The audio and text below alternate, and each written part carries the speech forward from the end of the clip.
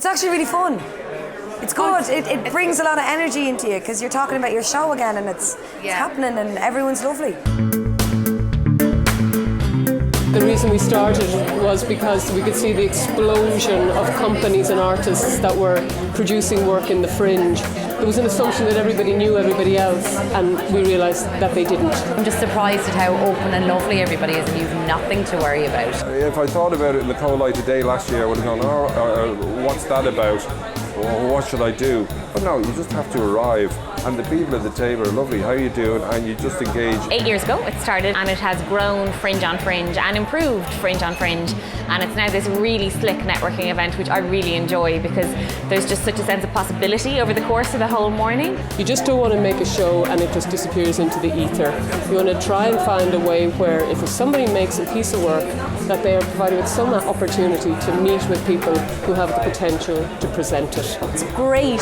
It's so much nicer than doing the emailing thing, you know, trying to contact venues, which can be a bit hard, a bit thankless as well, you know, if you don't get replies back. So this is just great to actually meet people face to face. This year we had 40 organisations, 50 companies, over 135 people participated in the whole event, which resulted in more than 800 meetings. And by the end of it, people are going off and they've made great connections, they've talked to people about touring their shows, and great things come out of it. You get to hone how you describe your work very quickly. It's lovely to actually talk about your show and not kind of be like, oh my God, do we need this on stage right kind of thing. It was actually lovely to kind of slightly remember why you're doing this. You find that the excitement in your work as well, and I found myself becoming more articulate actually about what's the work and finding new ways of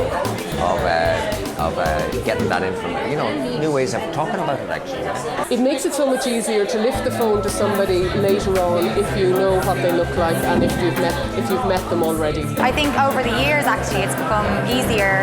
You start to know familiar faces and they get to know you. So I think it's probably about the longevity of the whole thing. So you know, the continuation has actually been the benefit for us, I think. And also it's great to just maybe say hello to some people that you know may not want to book your show, but they may want to keep in touch with you about future gigs as well. Not everybody would be interested in your show, you wouldn't be suitable, but it's lovely to start that working relationship with them. If you tried to set up all these meetings yourself, if you were a producer, it would take you probably 2 to 3 months worth of work. All of the companies will have about 12 meetings each. It works basically by matching the venues with the appropriate theatre makers, so that they can talk about the potential of presenting the work. First of all, you should have a show in the Fringe, and you would expect to register. You'll hear back from ITI, who will tell you how the event runs. We'll ask you to come in and meet with us to tell us a bit about your show so we can help match you with the right presenters.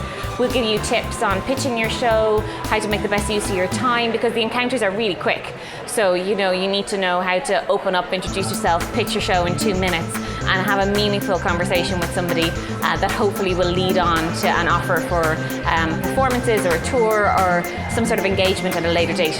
I expected to come in here this morning and know about 80-90% of the people in the room who are doing shows in the Fringe. I'd say, even though I meet these people all the time and see their work, I'd say I only knew about 60%. I don't know where these people are coming from. These new artists all the time turning up, making work and presenting really good work.